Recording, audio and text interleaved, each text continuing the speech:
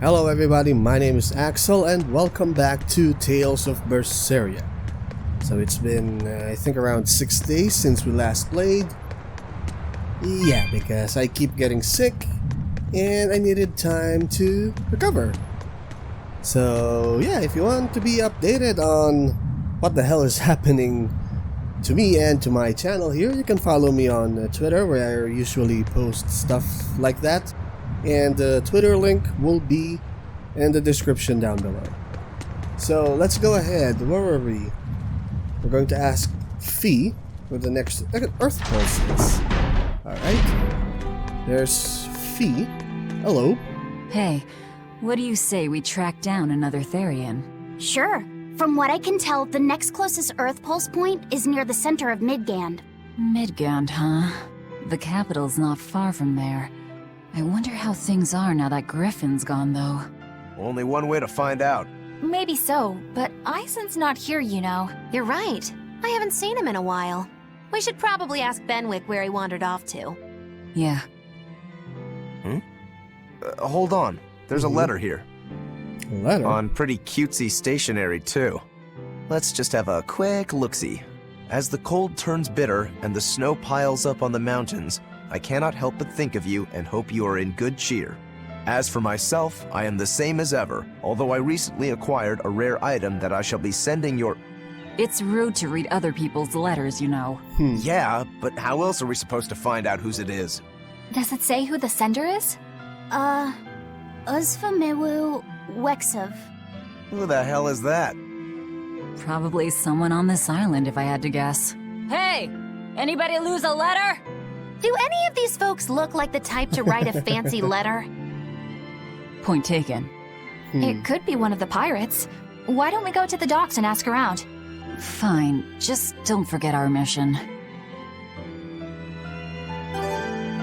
Okay, we got a dropped letter and search for the letter's owner. Yeah, we're not gonna wander around here. Yep, there's a star. Oh, it's Eisen.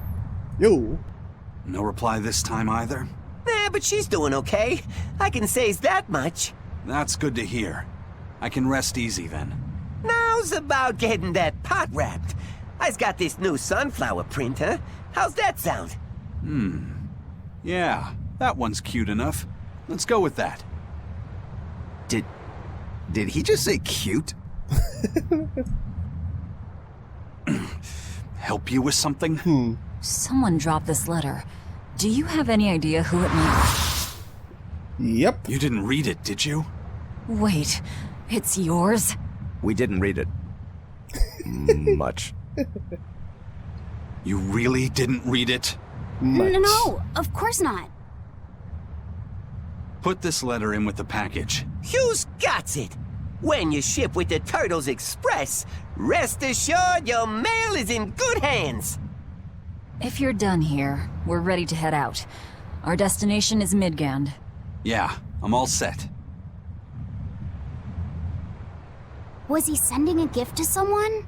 And with a letter, too. Gotta be a lady friend, that's for sure. You think?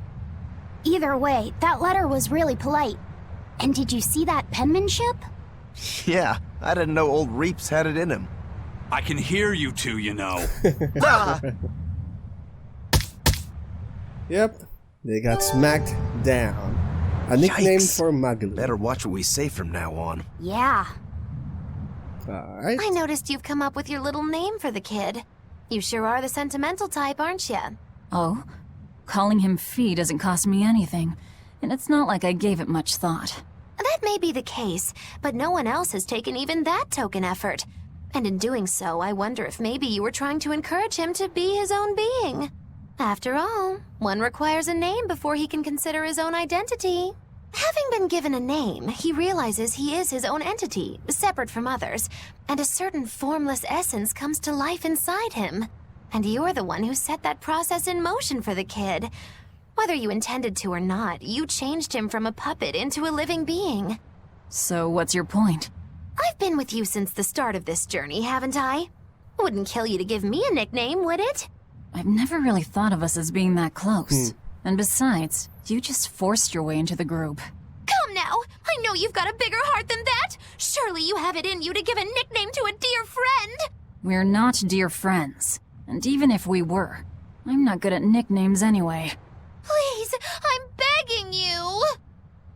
Okay then. Moggy. Oh, come on, that's so obvious. Can't you put some heart into it for your dear friend? Fine. Lou. Do I look like an old man to you? You're not even trying. Okay then. Witchy McWitcherton. Interesting. Well, if I had to rank it against 1,000 other nicknames, I'd probably put it at number 1011.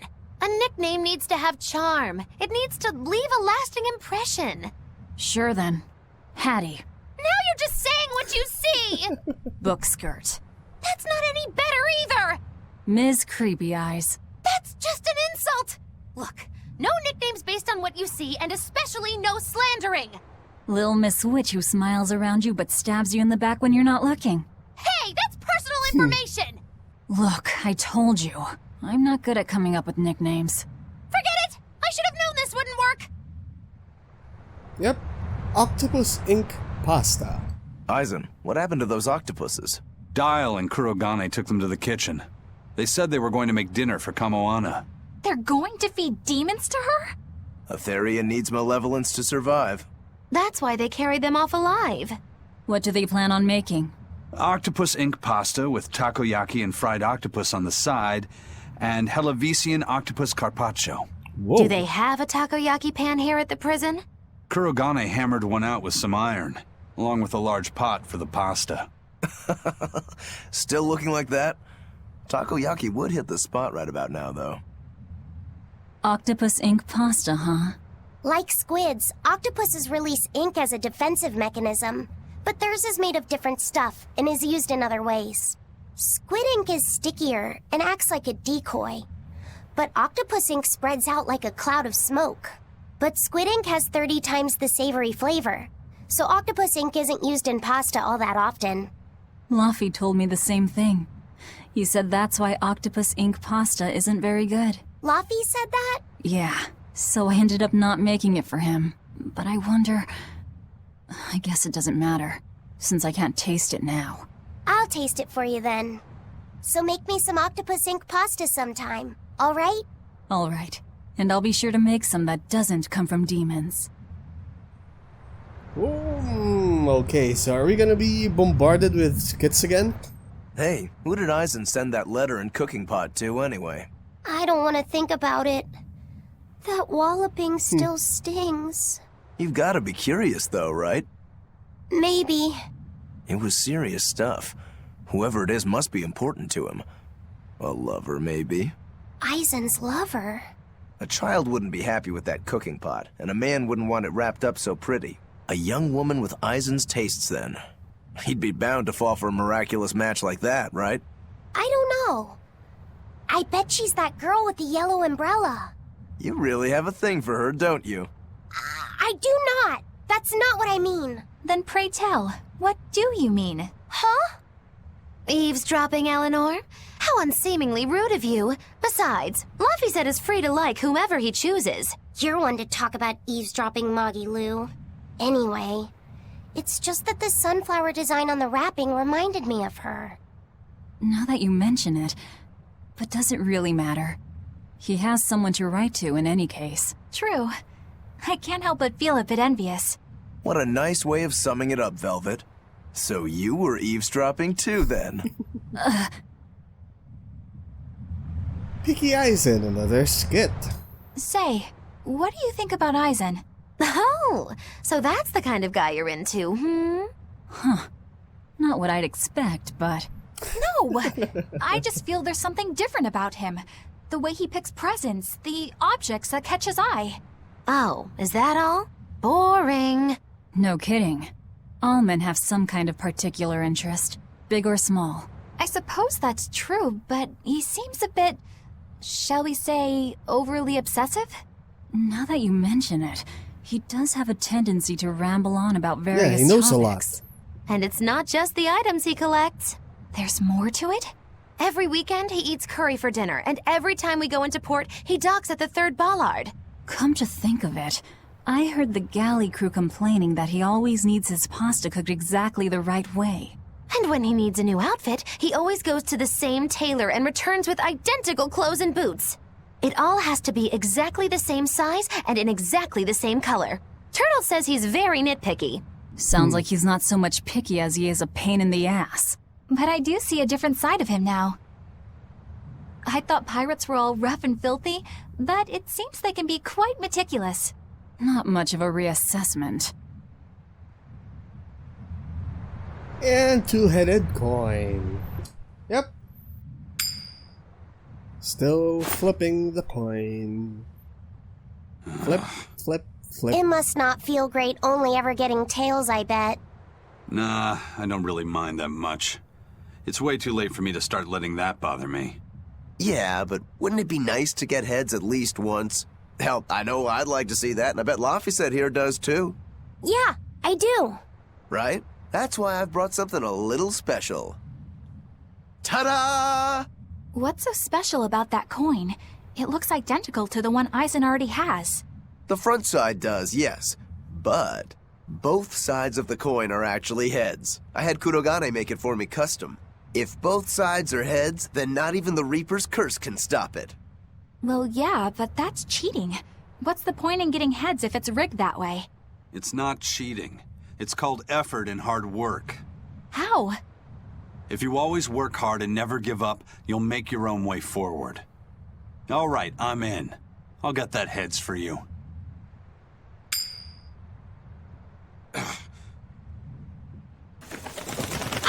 Yep. What? That crow just flew off with the coin. Those birds are attracted to shiny objects, I suppose. Damn it! I can't even win against a crow. Don't sweat it. I figured something like this might happen, so I had a backup ready. Go on, give it a shot. You'll show that curse who's boss this time. All right, here goes.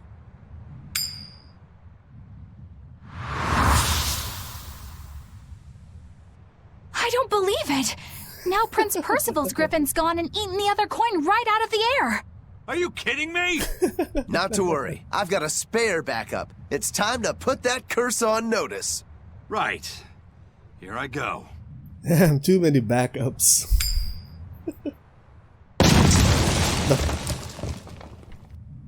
What? You gotta be kidding me. Reaper's curse or not, does it really have to go this far over a damn coin? It's fine, really. I had a feeling it'd turn out like this. Well, I sure didn't. Yeah, me neither. Okay, so a crow, griffin, and the coin exploded. Yeah, I'm not gonna mess with the Reaper's curse. Anyway, yo, Benwick. You gotta go, yo. Hey, Eisen, is there, anything we can do about the Prince's hawk? Griffin, I mean. Every day, it goes out on these hunts or whatever, and brings back the weirdest stuff. It's making a real mess out of the deck. Hawk's hunt. What's the big deal? Well, yeah, at first it was bringing back good stuff like seaweed and fish, things we could cook with. Sure, I was glad for a while. But then it started to escalate. Now we're talking 150 kilo amber cants and 350 kilo killer swordfish that it's catching. Whoa. That's not a bad thing, is it? It just means more to eat. It is when they're being dropped from the sky onto the deck. Especially those killer swordfish and razor-sharp bills. What if somebody gets run through by one? Can't you just warn the prince that his bird needs to be more careful? Yeah, we could, but he looks so happy watching his hawk, I'd hate to spoil it for him. Yeah, the prince looks so happy whenever Griffin is flying free. He kept grinning and asking Grocky all nice-like if he wanted to fly some more. Grocky? That's what Kamawana kept calling Griffin. She says she came up with it by combining Griffin and Hawk. This is probably the first time in the prince's life that he's tasted any freedom. His whole life, he's only done what duty dictated of him. Letting Griffin fly was his first free act. To the prince, Grocky's an extension of who he is. So what are we going to do? Nothing, really. It's not like it really hurt anybody. But it's punctured some major holes on the deck. I'm sure even the prince knows when to rein it in. Let him have a little fun. He deserves it. I don't know about all that. I'd say the prince is letting his newfound freedom get the better of him. Hey, I was just up on deck and it looks like Griffin's caught an elephant tuna this time. An elephant tuna? That's the really big tuna that can swallow a killer whale whole, right? That almost sounds like a demon to me. Yep, huge fish, gills like elephant ears. I saw it myself. From the looks of it, I wouldn't be surprised if it was a demon. It's crazy valuable. On a good day, it can fetch 20 million gold on the market. But there's something ominous about seeing it hovering in the air above the ship. 20 million gold? I take back everything I said. The prince and Griffin can do whatever they want. Did she say above the ship? Oh, hell. Benwick, we need to stop Prince Percival. Aye, aye, sir. Hey! Don't drop that on the deck! Are you listening to me?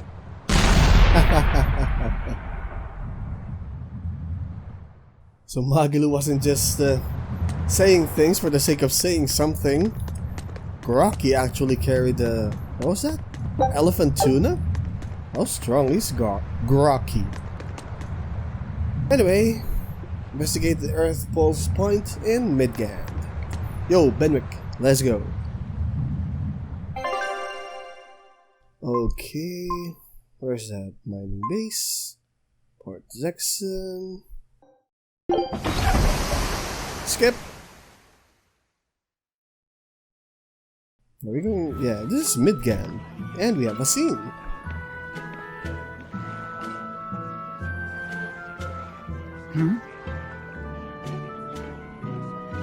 The boss has given me a message for you. Now what? Says there's some sort of nasty demon running around in the Aldina Plains, to the east of Logris. She thought it might be the one you're looking for. Aldina Forest? Wasn't the Eastern Highway closed off from Logris? That was only temporary. It's back open now. If you follow the road, you'll reach Stonebury Village. There you'll find one of ours who actually saw the demon. You want to know more? That'd be a good place to start. Got it. Hey, that's the same direction I sensed Give Tabitha our thanks.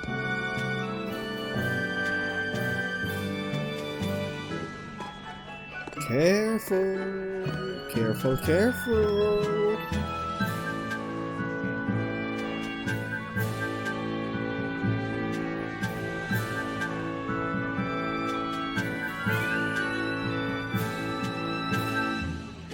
It's looking more and more like we're on the right track.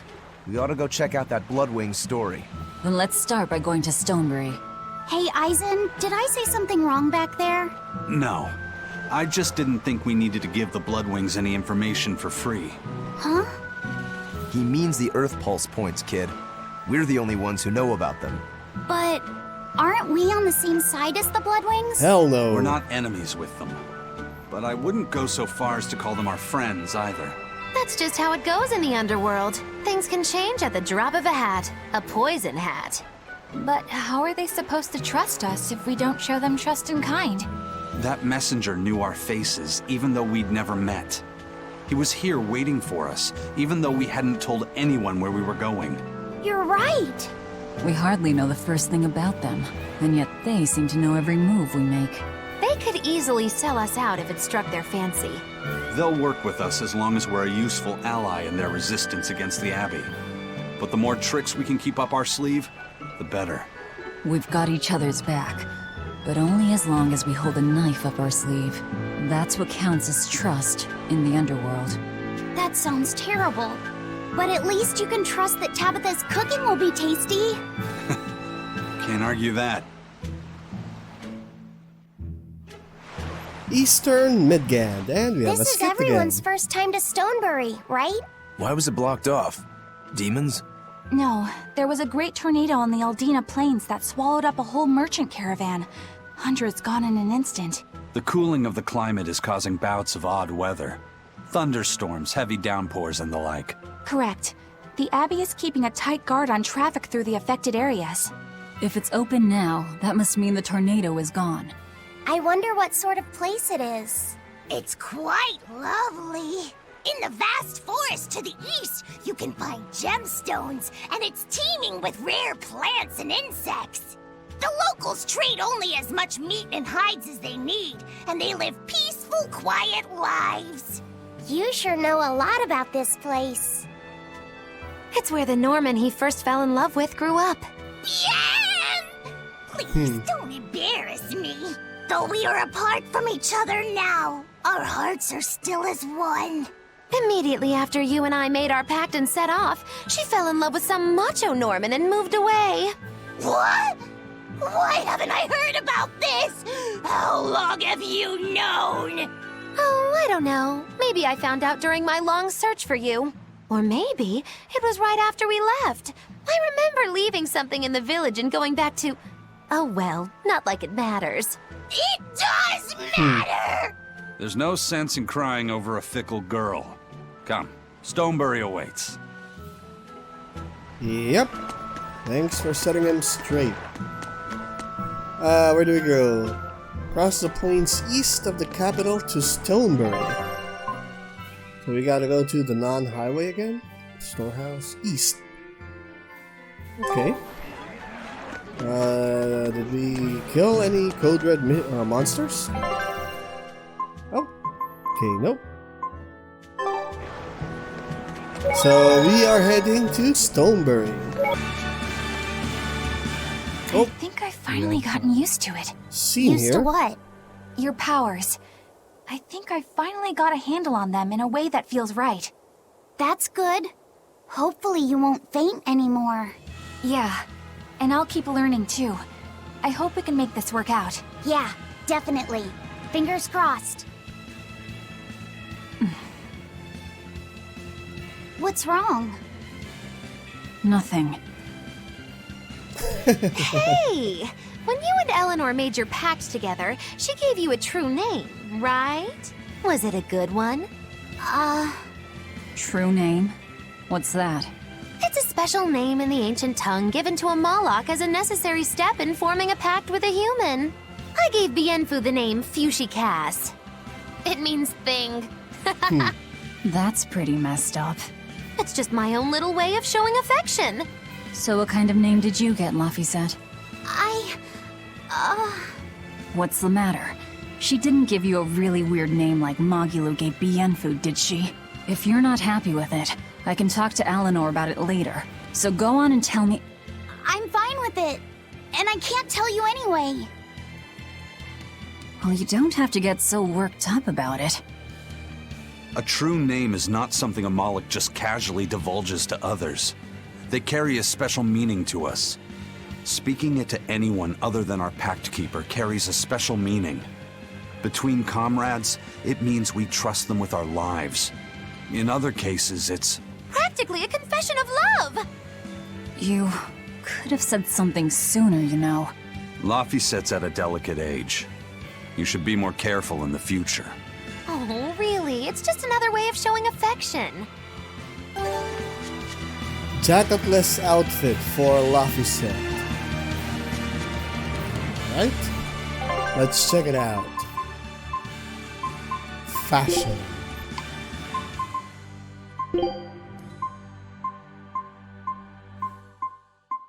Yeah, they're just removing the blue parts of the outfit.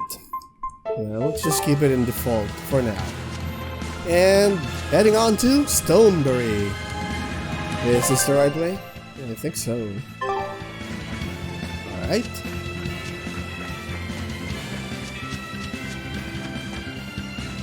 Or is it? Oh yeah, is it? It is. Oh.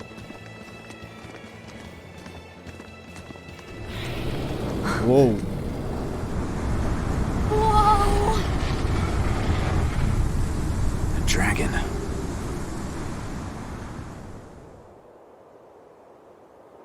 That's gotta be the demon Tabitha wanted us to know about. It's flying free, but could it still be a Therian? I just felt an Earth Pulse point. It's that way, somewhere near the top of that mountain. That's Let's a check it long out. climb. Yeah, I shouldn't be fretting anymore on whether or not I have reached this part on my previous playthrough, but yeah. I remember that demon, that dragon, so... Yeah, I can really feel the earth pulse now. It's up above. Guess we're in for some mountain climbing then. Yep, and it's going to be a long climb. Anyway, moving on. Oh, we have an herb here. And let's climb. Okay, so there's a star there and the music is turning down. Let's see what we got here. Here! This is the earth pulse point I've been feeling. No Therian and no barrier. I must have gotten it wrong again. I wouldn't be so sure of that. That dragon could well have broken its barrier.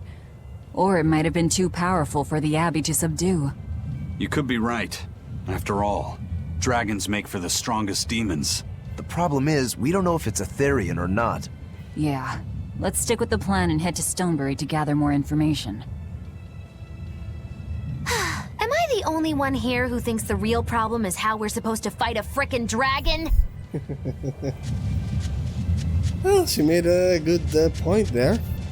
Anyway, let's get what treasures we can from here, and we're heading back to... No, heading back. Haven't been there. And afterwards, we are heading towards Stonebury. I can't wait to take a good look around. Whoa, now that's what I call a view. I agree that it's beautiful, but don't leap about so much. You'll fall. I can sense many earth pulses under this place. I figured you'd notice that. An intricate web of earth pulses crisscrosses the land under the Aldina Plains. Mountains like these would normally take tens of thousands of years to form, but these popped up in about a millennia. So the earth pulses have affected the land? Exactly. Long ago, people wielded arts that allowed them to manipulate the earth pulses and control the very land itself. How could arts like that exist? Perhaps they pushed against key points on the earth pulses? Like how acupressure can improve a person's blood flow. That's a rather forced comparison, but you may be right. Either way, those arts have been lost for eons. I'm impressed, Eisen. You know a lot about everything. Not at all. There's so much I don't know. For example, the name of these flowers. That's why I travel. To learn. Aldina alabaster grass. That's the name of this flower? Yes. A long time ago, my brother showed me a picture of it in one of his books. They're fragile flowers. They die quickly on their own, but if enough of them gather together, they can survive. Fields of them form beautiful white carpets of flowers. In some cultures, they symbolize kinship, the bonds between people. Kinship. Huh. I'll remember that. You and your brother taught me something new today. I'll never forget either. Alright, so we have a small lesson in flower thingy, or not, can't remember what's the name of that science there, botany? Yeah, either way, we're going to Stonebury. Let's go. Kinda wanna face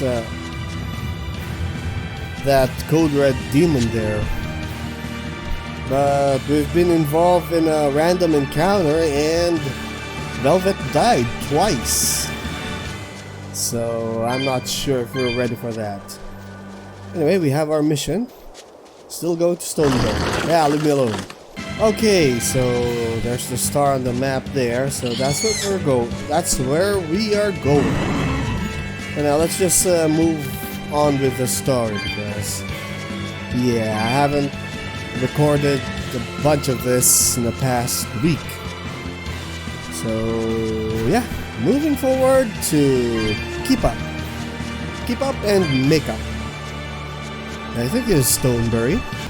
Here we are, Stonebury. Alright, if I were a Bloodwing, where would I be? We'll start at the inn. It only makes sense.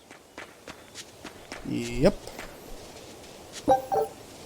So yeah, there's a shop here. I will be doing some shopping and we'll be heading to the inn afterwards.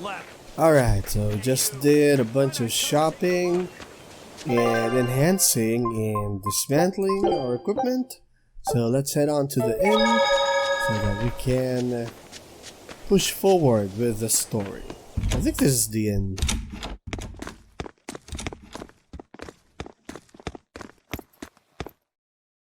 Savid. Well, hello, sailor.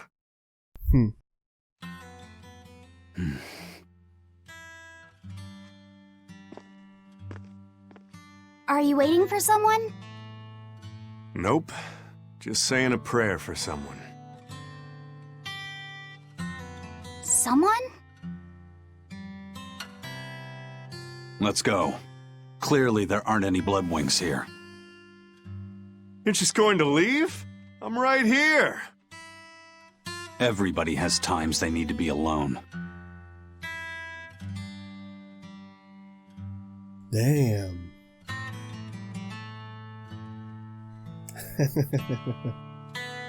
Fee. Right. Coming.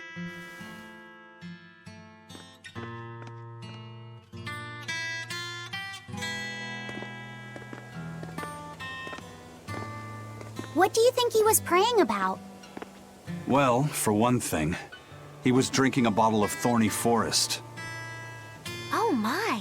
The drink you share with your special someone when you're going to be married for life! How romantic!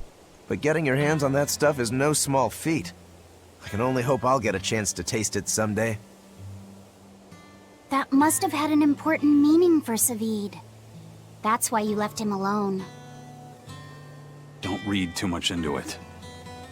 You're Velvet, right? Yep.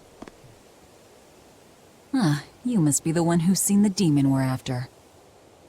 We saw a big snake-looking dragon fly over on the way here. Is that what you saw too? Yes, that's the one. It nests at the top of the mountain in Aldina Plains. We went to look ourselves. No dragon. It only returns to its nest on rainy days. Rainy days, you say? How fortuitous. Oh, just look at what you went and made the weather gods do. This doesn't bode well. Not at all. Thanks. We'll give it another shot.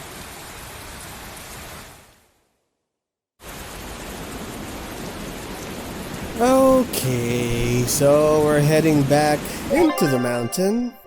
We're where we were a while ago. But you gotta follow where the story leads you.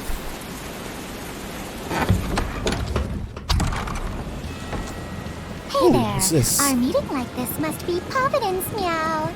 We're in a hurry. Save it, cats.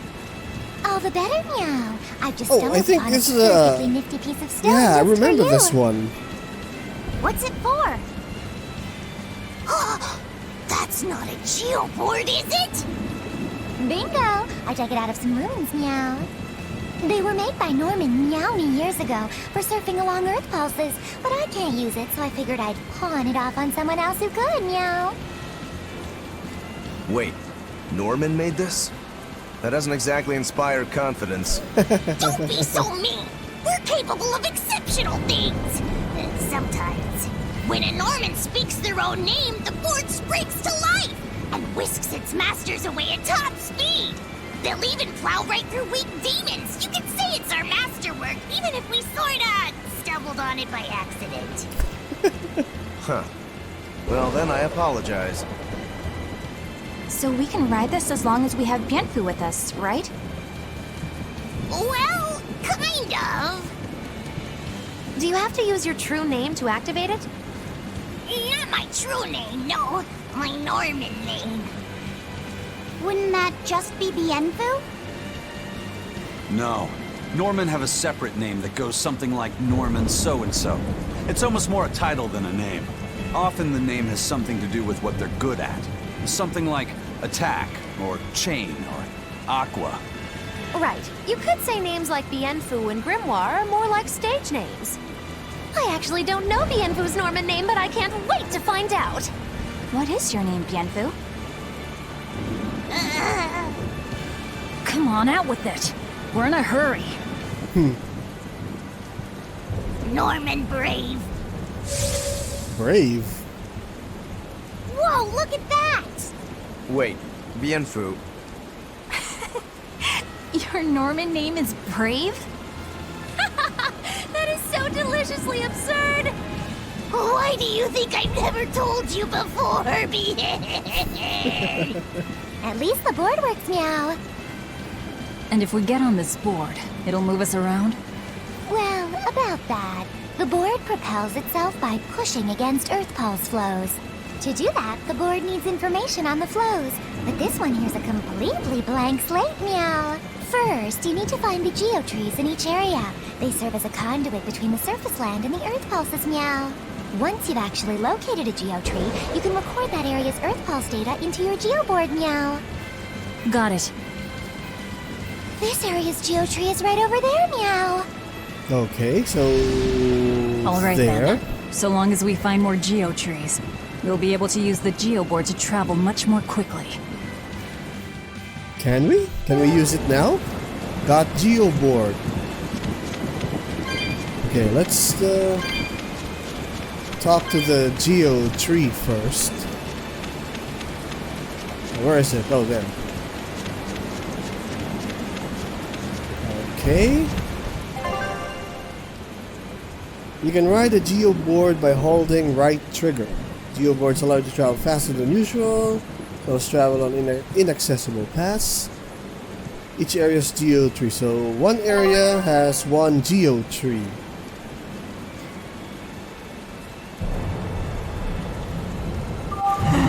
Whoa! Yeah, whoa! So I have to hold it. Okay. Where do we go? I'll take my geo. Well, right? that's going to come in handy. Yeah, and it's a lot of fun to ride, too. I could get used to this. I'm so worn out. I feel like I had to sprint the whole way here. Huh. Seems like operating the board saps a lot of energy from Bien Phu. Even still, this board gives us a strategic advantage. Brave here will just have to bear a little exertion now and then. Yeah, Brave. Buck up. I believe in you. Be brave. Stop calling me that!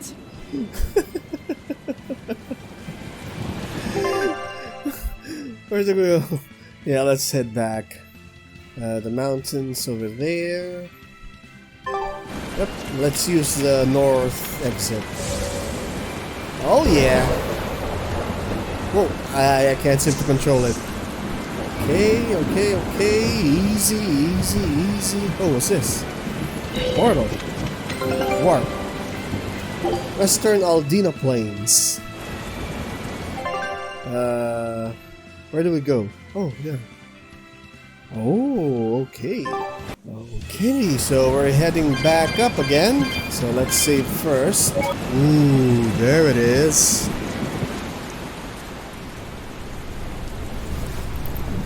Is it giving off a ton of malevolence? Or is it just doing its dragony thing? Ooh, damn. It looks so deadly. And just check out how much malevolence it's putting out. Which means it's not Etherian. Let's retreat. We've got no reason to pick a fight with something we can't handle. I do. Oh, you're up for it? What? What are you doing? She's right. Fighting this creature is a good way to end up dead. And shouting. Sorry. Yep. Shouting just draw the creature in. Hello. No turning back now. Yeah, I blame you. 108,000 HP. Alrighty then. Damn it, this wasn't part of the plan. Yeah, but training like this doesn't come around every day. Be on your guard. One wrong move and you're done for. I know, that's the fun part.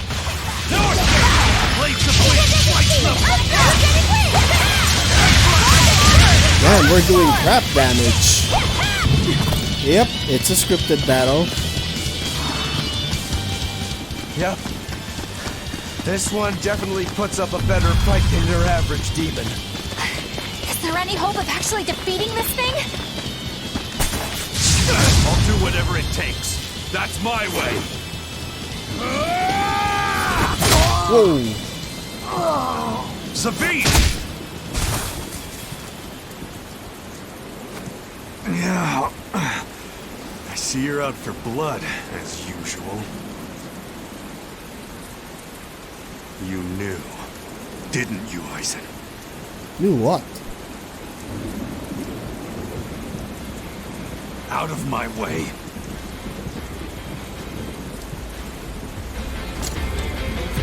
What? Are you protecting the dragon? She's not a dragon! Huh? Back off, or I'll make you back off. Yeah, she doesn't care about you. What the hell was that? Damn, it got away!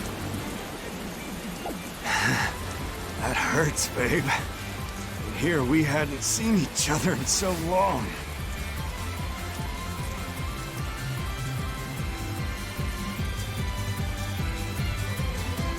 Hold it. Is that dragon someone you knew? I told you, she's not a dragon. Yeah, subtitle was off.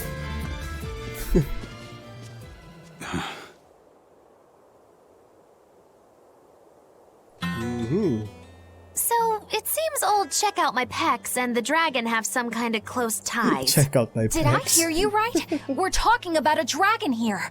I know what I said. But how could that be? When Malakhim are tainted by malevolence, a dragon is what ultimately Ooh. results. So you're saying that dragon was a Malak Zavid once knew? She must be who he was praying for back in town. Yeah, most likely. But do Malakhim put out malevolence like humans do? No, not by themselves they don't. But if one remains in contact with humans or demons who do, it will eventually taint her, and she will become a dragon. What about you, kiddo? You feel anything weird after you got thrown into the Earth Pulse at the Empyrean's throne? I did, yeah. Can't say I'm surprised. The air there was thick with malevolence being sent on its way to Enominat. If I'd stayed there, I might be a dragon too.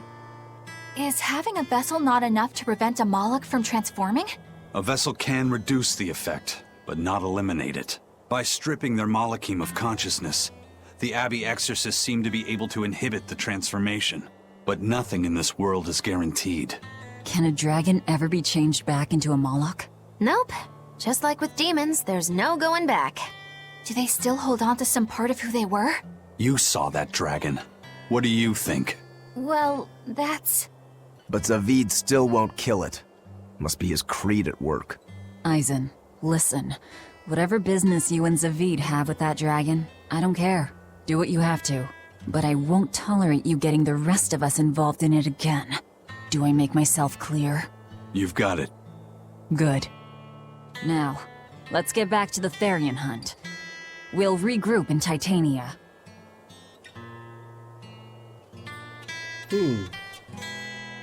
If what Eisen said is true, then could I wind up as a dragon someday? Or Eisen too? I don't know. Return to Titania. Okay. So we're heading back to Titania. Yes, I'm gonna call it now. But I don't want to. I don't know. Is this the part where we were the last time? We're 23 hours into our playtime, and the last I remember is it was a 30-hour playtime. Okay, anyway, let's head back to Titania for now, using this hoverboard. Yeah, geoboard, whatever, it's a hoverboard. It is awesome. Alright, we're back in Logres, and I don't think we're supposed to be here. Yeah. Heading to Port Zexin. Right? Here we go. Oh, there's a toy noise here. Alright. I think this is Port Zexin. Yep. Yo. Turtles, keep in tight circles. Oh, perfect timing, Eisen. I's got a letter for yous. A letter? Did you get a reply to that letter you sent? What's it say? What's it say? Yeah. I know everything that you've done. Repent for your horrendous deeds, you monster. What did you do, Eisen? No idea. There's no sender written on here either. Who would write something so awful? Who cares? If I gave a damn about other people's feelings, I wouldn't be a pirate. I suppose that's true. Forget about it. What's the status of the other stuff? The Palmier made it just fine. But we've run into some troubles finding the Nordals. My deepest apologies. What are Nordals? Nordals used to be given out by Empyrean temples. If you collect a set of 4, you find happiness. Oh, so they said. Nowadays, there's only 4 left. Red, blue, green, and black. Even worse, nobody hardly knows nothing about them. Dolls of the Empyreans. Do you think they're like that one we saw of Aminoch in that shop in Isolt? Kind of. But these are less gloomy looking and more, how can I describe it? Something like a quiet radiance? A quiet radiance. That's perfect! I think I get it. I'd never have pegged you as a collector of religious claptrap, Eisen. Think they'll help keep the Reaper away? Probably not. But in the off chance they actually work, they'll keep her safe. Her? Hey, that letter Eisen sent off earlier was addressed to a woman, wasn't it? Our little Laffy set is growing up. No, I wasn't implying she was his girlfriend. Her writing just seemed more mature, and... Okay. It's nothing like that. She's my younger sister. I didn't know you had a sister. She's the only family I have left. She and I live apart for various reasons. I'm guessing your death curse is one of them, huh? Mogiloo! So that's why. So Malak... I'd be happy to help you look for those dolls, Eisen. Are you sure? Yeah. Okay then.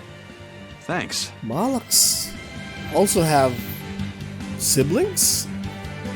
Cats or dogs? I saw Benwick and the other crew members get into a serious fight over whether cats or dogs were better. I don't get what the big deal is. I can't believe you could say such a thing! No conflict is more perilous than the one that has dogged mankind since the dawn of civilization! In the shadow of every war are the battles of dog lovers and cat lovers. Between each side lies a divide, maybe not all that deep, but unbridgeable all the same. I'd say we're lucky that the squabble you saw didn't escalate into anything more serious. I had no idea it was such a big deal. So what side do all of you fall on? I am, without a doubt, a cat person. Cats and witches have a long history together. That's true. Personally, I prefer dogs because they can cohabit with humans while following rules. But I like cats too, because they're cute. What about you, Rokuro? Shigure liked cats, so I don't. But I like dogs even less. Always wagging their tails for their masters. I feel the same way. Dogs will trade anything for food. Learning tricks, wagging their tails, getting friendly, and in time, even forgetting to howl. I think that's too cynical. Dogs make efforts to please humans so that we can live together. They're friendly and compassionate creatures. Then does that make you a cat person, Eisen? Actually, I like squirrels best. When I lived with my sister, the nearby forest had lots of nice, fluffy squirrels that would let me pet them. This isn't about squirrels. It's about cats and dogs. You have to pick a side. If I had to choose, yeah, it'd be cats. There's something lovable about the way they act, especially when you spoil them. Reminds me a lot of my sister. What about you, Velvet? Cats or dogs? Dogs. They don't betray you. You always have to be so serious, don't you? So Velvet and Eleanor like dogs, while Mogiloo and Eisen prefer cats. And Rokuro doesn't care for either one. That makes you our tiebreaker, kiddo. The fate of this showdown is in your hands. It is? Now that you're no longer the Abbey's dog, perhaps you're thinking of being one for Velvet's column? What has that got to do with anything? We're just talking about which animal we like. If you're getting so angry over this, he's going to have no choice but to pick dogs. I just told you. No more fighting! This is clearly getting out of hand. So why don't you all agree that you're Bienfu people and make up already? And what makes you special enough to have Bienfu people? Because I can be loyal like a dog, but also do my own thing like a cat. If you pick me, everybody wins. I don't think it works that way. Yep. Any more skip? No? Alright, moving on. Ooh, we have a scene here. I guess a dragon was a bit much to take on, even for the Reaper. You should get some rest. We all should. I'll just get the crew started on readying the ship for our next departure. All right, you go do that. Laphicet, you should get some rest too. I'm fine. It's more important that I focus on finding an actual Therian this time. I'm going to take another try at sensing the Earth Pulse points.